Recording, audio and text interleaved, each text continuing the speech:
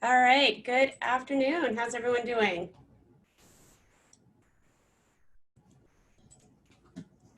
All right, so today I am going to talk to you about Flipgrid Shorts. How many of you guys have used Flipgrid before? At all, period. Any Flipgrid users? Okay. All right. Never. Okay. All right. Well, Flipgrid actually has two parts now. One is like a grid where you can actually have students submit videos. And the other main part of Flipgrid is now Flipgrid Shorts. So I'm going to show you, hold desktop up. All right. So Flipgrid as a whole is usually about getting student responses. So students, you'll make what's called a grid, and I'll show you this one, for instance. So a grid, which are now called discussions. So they just changed the name last week, so I'm still wrapping my own head around that. So discussions are, classrooms, you could think of them like that. And within your classroom, you can have different topics of discussion. So that's the main thing. And then for a student, it would look like this. They would log in with their account. So for instance, I have this set so they can log in with their, maybe not their, no, probably. Yeah, let's see. Sure.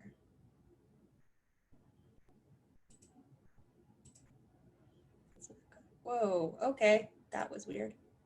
Don't know where this is taking me. Okay. Wow, my computer's tired, I guess. Let me show you this one. That will work. So this is the grid we have for teacher questions. So you can leave questions on this grid. The idea is that you can leave a video response and then we can respond to you back with a video.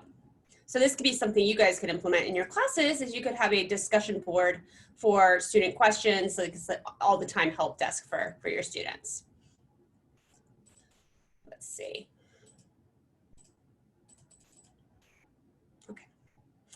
So a student would just click the record a response. This video box would pop up. They can record their video, and then you can give them some feedback on that. So that's like the normal Flipgrid flow, that's what it's normally used for. But what I'm going to show you guys today is Flipgrid Shorts. So at the top of your menu bar, when you log into Flipgrid, and I would just log into Flipgrid with your Microsoft account, log in and you'll see this button that says Shorts. And you'll see this is where you can record videos. I like them better than what we can record in Canvas Studio. It's just a little more engaging and a little more fun than just a plain old video. It also allows you to do some kind of things that would really be post-production editing while you're actually making the video. So I'm going to show you some examples. So all I have to do is click record. The great thing about Flipgrid Shorts is just like after a Canvas Studio video, you'll automatically get captions done. So it's accessible, it has captions included. So this window comes up. I have a few options under the options button. I can upload a video I record somewhere else, that's a possibility. I can flip the video so it's now a mirror. So this is like how I normally see myself, I guess. I can turn off the audio if I wanted to, and I can also record my screen. So you could do a screen recording and show students something on your computer if you wanted. What I'm going to spend most of my time showing you is the effects area. So I can add filters. So that's it. This is very Instagram story, Snapchat vibe here with your filters. So you can see it just jazzes it up a little bit. You'll see there's also a Lego filter. So when you're having students do these, it really helps them like be on the video, but also gives them some anonymity. It's not very clear on who they are. So if they're kind of camera shy, that's definitely a great option. I really like this green one. It's like alien-like. Okay, so I'll stick with that one. So filters is the first thing. The second thing is frames. I can add a frame to this video. Let's see, gold frame. Sure. So now there's a frame. They have other options that you can see here. Yeah, maybe I'll stick with this one. All right, and I can add emojis as well. So if maybe my, yeah, the filter option is pretty cool. Wanted to, let's see, arrow. If I'm gonna put this video at the top of my directions, because we're gonna be wanting to put like video directions for everything we do, right? Because we're trying to get all students. So we're gonna have type directions for those who want to read directions, video directions for those who need like a face and some words said to them.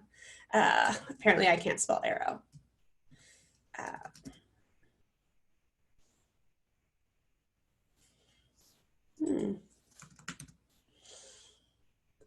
My typing, my computer, all right. All right, arrow. Let's see if we get it now. All right, so they have some arrows. And that's what I was trying for. So I'm gonna put my directions down below. So I'm gonna have a little arrow that when I'm telling the kids there's a direction down below, it's gonna say it to them on the screen. There we go. So I have my arrow that I can put to the side of me. Yeah. You can resize it, you can spin it, you know, however you like. Okay, so that's one effect. I can also add text. So I'm gonna have superpower. I'm gonna say, great, those colors are great. Miss Fielding. I'm gonna go back, I'm gonna get that superpower. All right.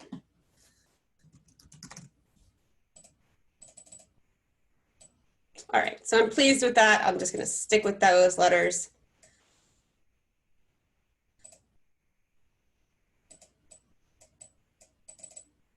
My computer's just mad because I'm streaming and doing this at the same time. It's like too much going on. All right, so I'm gonna tell them my name right here in the corner.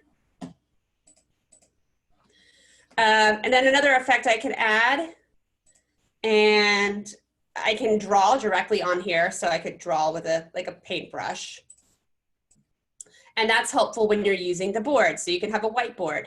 And the cool thing about the whiteboard is you can see it can be split screen. So I can bring on the whiteboard to just be part of my screen, if it wants to do it. Oh, I have to select a board first, okay. But I can split screen it. There we go. So now half of my screen is the whiteboard and half of it is me. So you could have some words coming up here that you're highlighting, and you can change those throughout. So you can always pause your video after you start recording, change the words, then click record again, record some more, change the words, pause, stop, and make a really pretty interactive video or a changeable video. And that's stuff that you would usually have to do like in post recording, editing. So the fact that you can do this all while you're creating the video is pretty great. The last thing that I want to show you as far as I think is a photo. So you can have any image that you have saved on your computer, a JPEG or a PNG, and you can bring it into the scene. So here I have a canvas image. I'm going to go back to the board. I'm going to turn that board off actually, clear the board. There we go. I'm going to take this image and make it smaller. And then I'm going to put it up right next to my head, just like I'm on the nightly news. So if I'm talking about, oh, which way? Never know. If I'm talking about Canvas, I can say, hey guys, today we're going to talk about Canvas. And you can have your images there. You know, it could be, today we're going to talk about elephants. Today we're going to talk about George Washington. So any picture that you could upload, you can put it up there, and it kind of just makes your video a little more engaging. So those are the major features of Flipgrid Shorts, the things you can add on the screen. To record, you just press this pink record button, red maybe, whatever we're calling it. You'll record, you'll record, you'll record. You'll see in the top right corner, the time is counting down. You have a minute limit of 10 minutes. Then you can pause, like I said, you can restart. And then you can go to the next button, and you can even trim the edges of your recording.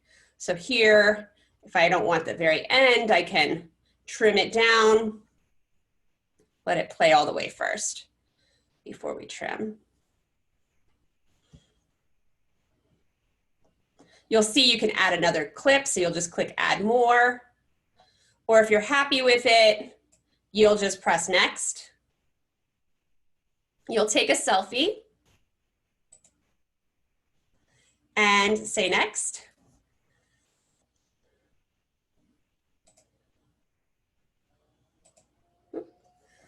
And it will close. All right, it will be there in your library now. Any questions about that? It is not possible to skip the selfie part. You can, however, when you do the selfie, you can upload a sticker, so that could be over your face. So if you don't want your selfie part, you can upload, you can make a whole image in Canva that's the size of a presentation and upload that like as a cover photo for the video if you want it. Any other questions? So you'll see I made a lot of these. So I made all of these for like my trainings for my teachers. But this is the part that I really like about it. So let's see. It takes a little bit of time, but the captions will populate. Once they do populate, I'll show you an older one. Yeah, I'll show you in just a minute, Courtney. Yeah, so I'll show you with this video. So here I can edit the captions. You want to make sure that they're pretty accurate, but you can just go through, edit them, and then just say update. Then you go back. And what we're going to do is you're able to embed this somewhere in Canvas. So whenever you see this little greater than less than signs, that's an embed code. All you have to do is click it, and now it's copied. Then you're going to go over to Canvas. And you can put this on a page. You can put this at the top of an assignment. You can put this at the top of a discussion. Anywhere that you can embed something on Canvas, you can put one of these videos. So I'll show you on my sandbox.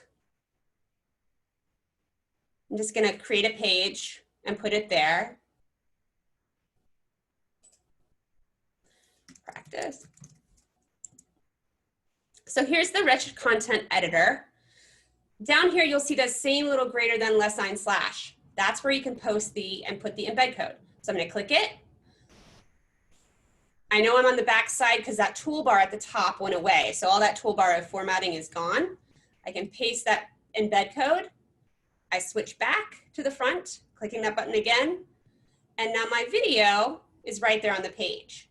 So that could be my video instructions for my students. And then right here, below, I would type, my text instructions for my students. Yeah. So that's as easy it is to put it in Canvas, just a copy and a paste of an embed code. The great thing about this is it's very easy to do from one class to the next, or if you have your class cross-linked, you just have to do that once, and then it would go to all of the classes. They would all see it. All right, so questions. Feel free to turn your cameras on, ask out loud. It's a really informal time. So I just asked that, so I could do this for each chapter of a book that I'm reading for my students that are non-readers. Would you read the book aloud? Yes, I would read it like each So that's chapter. A copyright issue. Okay. Yeah, so you would need to, I would get with your librarian on the copyright issue and how that's how that can be handled, but unless the publisher is giving you explicit permission to read the book aloud on a video, you're not supposed to.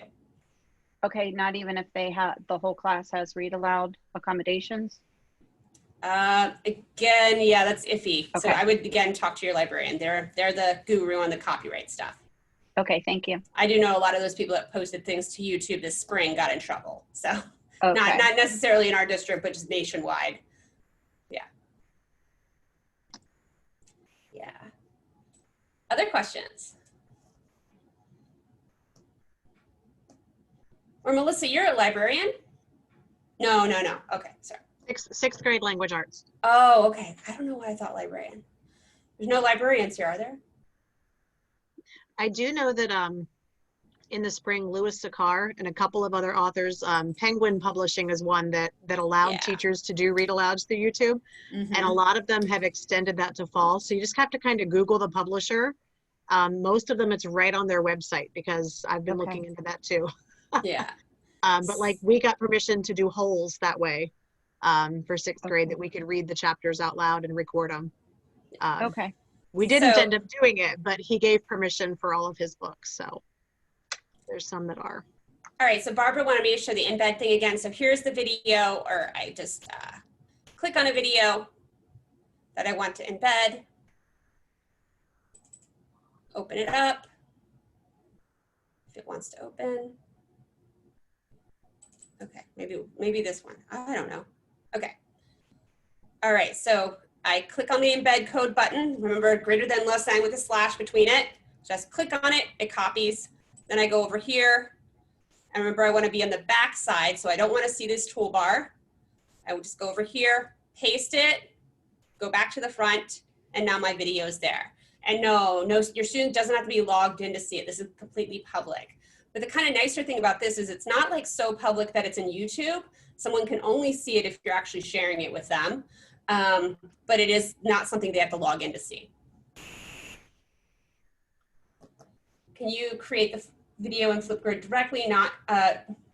Yeah, you can embed any video from Flipgrid as well. But I just create the video on Flipgrid. Yeah.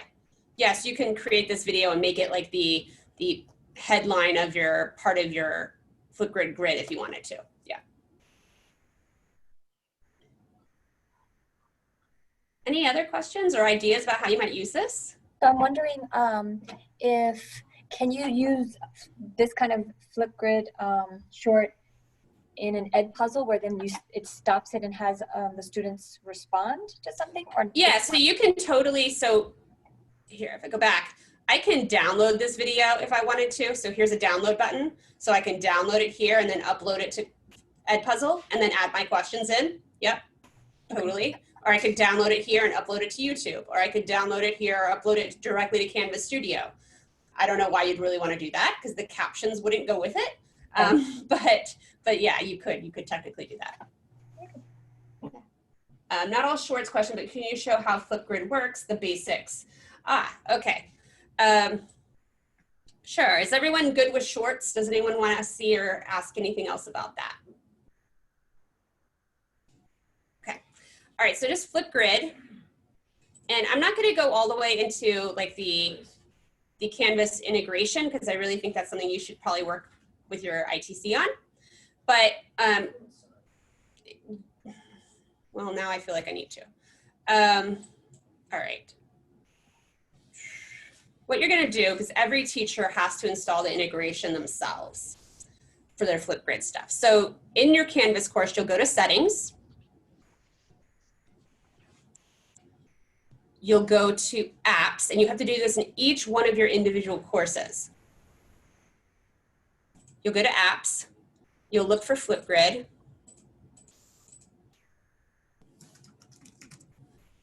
All right, and you're going to say Add App. But it's going to ask you for a consumer key and a shared secret. You have to go back to your Flipgrid account to get that. You're going to go up into the right corner where it says integrations. And you have to create a code for each one of your courses. So I'll say add new integration. I'll say period, just one, okay? It will give me that code and the shared secret now. So I'll copy this code. I'll go back here. I'll copy the shared secret. I'll go back here. And now I've added the app to my course. Okay, so you have to do that for every course just once, just to set up at the beginning. Then you'll be able to make Flipgrid assignments, which is great. So go to the assignment. So basically what I did with that integration is I created a discussion page for my classroom. So now if I go back to my discussions, let's see. Let's see if I have.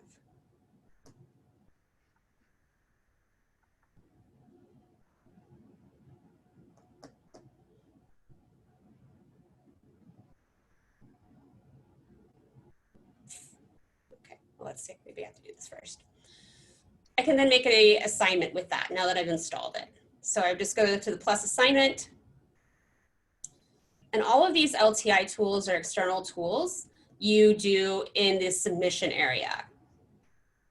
So loads, I'll show you. So I'll say assignment, just give it a title. You can put anything in the rich content editor that you want. So, you know, just your prompt could go there. And then when you say submission type, you're going to choose external tool and you're going to click find. You're going to go to Flipgrid. Let's see, select. All right. And then it captured Flipgrid and then you would just say save. The really great thing about this is when you do that LTI integration, you're going to be able to grade those videos right directly into the speed grader that's in Canvas. So you'll see it now, create a course group, sure. All right, so now I can create my discussion. I can edit this, click here, I can edit the prompt and tell them what I want them to say and give them I can do all these details. You can decide if they, you know, can comment on each other's videos, if they can like each other's videos, all these types of things. And then you can update the topic. And then the student will have it, and they'll just have like a record button in their view, and they'll record their video. What's really nice is then when you go to grade it, and I'll show you an example of the grading in SpeedGrader. What am I doing? Courses.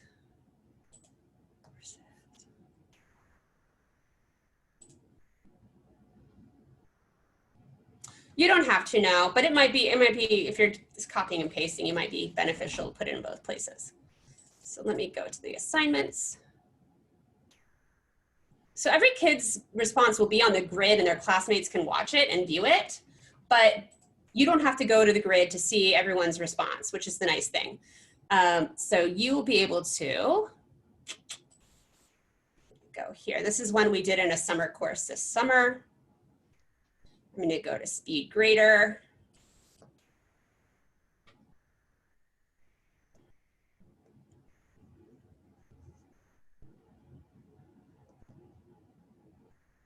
So you'll see,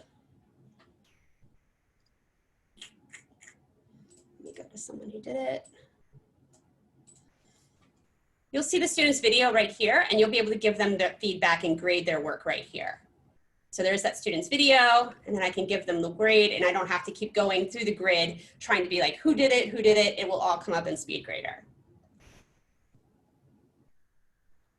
Yeah, yeah, it's really nice. So did that help you out, Jared? Did you have any more specific question you want to get on video and ask?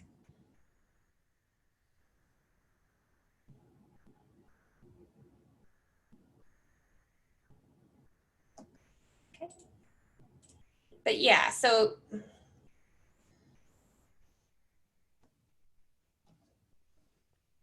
if you wanted to create and share a video, you could totally do it in Canvas Studio. The Flipgrid Shorts is just a different option. So if you want to just have more jazzy videos, and it's pretty easy to do all this kind of editing rather than like in the post-editing process, this could be a good option for you. If you're not a video editor and you don't have those kind of skills, this could be a good option to kind of add some of the flair to your videos. Okay. Oh, okay. All right. And then the second question, would I use Flipgrid if I wanted students to create videos? Yeah, students can create videos in Flipgrid, or they can also use Canvas Studio. So it's totally just like your choice as a preference as a teacher. I know just from looking at your video, just from looking at your screen right now, it looks like they're like catching like something that would be the hook for the beginning of a lesson. And I love that idea. I didn't, you know, now that I see the video Flipgrid Shorts, I see how I can make that my hook. Good, good. Yeah, I definitely think, you know, we are teaching Generation Z. We are not teaching us, and they definitely need that hook, and they learn by video and they communicate by video. Like, so we have to speak their language. I mean, I'm 1 year away from being 40 and I could make this. So we can all make this. If I want to make a video for parents, is this a good option? Yeah, this is a great option.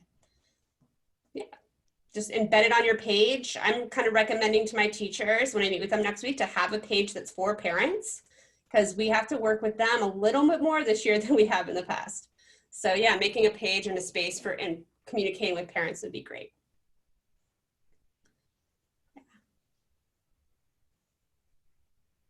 Students cannot respond to shorts. So shorts are just you creating a video. If you want students to respond, you would have them make a grid.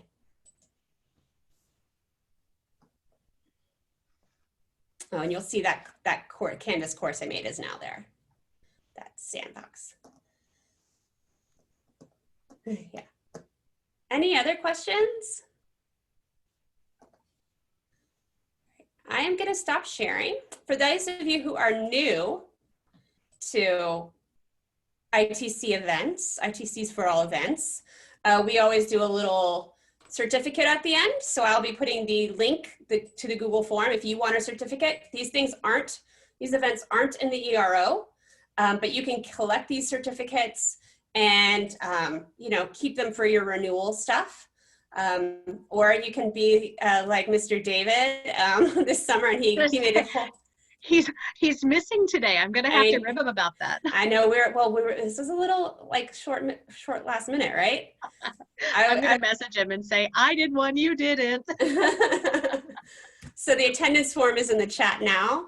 So you can complete that and get your little certificate. It's a new design since summer. So we move it on to Appy Hour vibes than summer. So every day today, every day. Go ahead. Do I just click on the link, or do I copy and paste it? Click on the link and it will open. Are you on a laptop or a computer? My desktop. Yeah, then you just click on it and it will open in a tab on your browser and just fill it out. You'll get a little certificate emailed to whatever email you put in there. And we will be back here tomorrow at 4 o'clock with another topic, which is Padlet. I love Padlet. Well, then come back and share your love for it. Because the will. less I talk, the better it will be. I'm going to stop recording. I just created my first